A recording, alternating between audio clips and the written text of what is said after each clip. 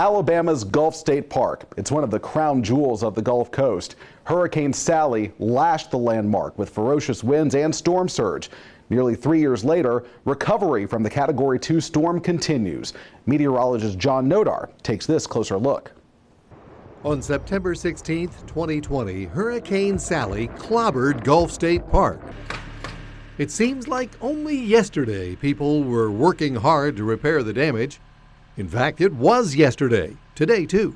We had 16 cabins here. They were really destroyed by Hurricane Sally, and we're rebuilding all of these. And have you seen the damage to the Gulf State Park Pier and then several of our boat ramps? Alabama Conservation Department Commissioner Chris Blankenship says cabins that survived hurricanes like Elena and Ivan couldn't stand up to Sally's relentless wind, flooding rain, and waves.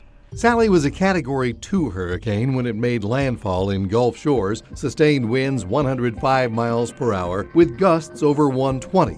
But forward speed was less than 5 miles an hour. Structures that might have survived the winds and rain for an hour or two couldn't take being pounded for 7 or 8 hours. And everything that we're building now, we're doing to a different standard. We've seen what the hurricanes can do here, and so when we're rebuilding these boat docks, we're using flow-through decking instead of wood. On these cabins, they're being built to the higher wind standard to make sure that they're here. And the lodge at Gulf State Park, when it was constructed, was built to a fortified commercial standard, and it fared very well during Sally. The lodge was built about 2 years before Sally.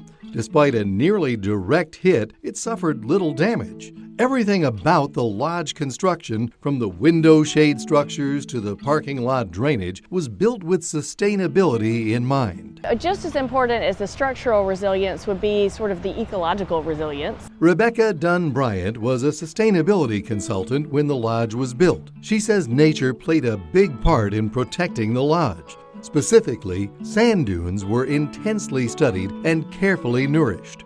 When the lodge was being planned, we wanted to protect the dunes' ability to grow and form over time, to form a robust dune system, and then the lodge was placed behind that so that it could have sort of the optimal protection from that green infrastructure.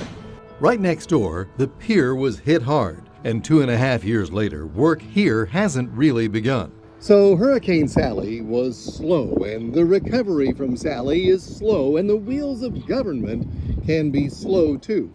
Gulf State Park is still waiting on FEMA to approve the rest of the pier project, but once that is given, the work could begin here as early as November. By spending a little bit of money and building it to a stronger standard up front, you have less recovery costs. At Gulf State Park, meteorologist John Nodar, News 5.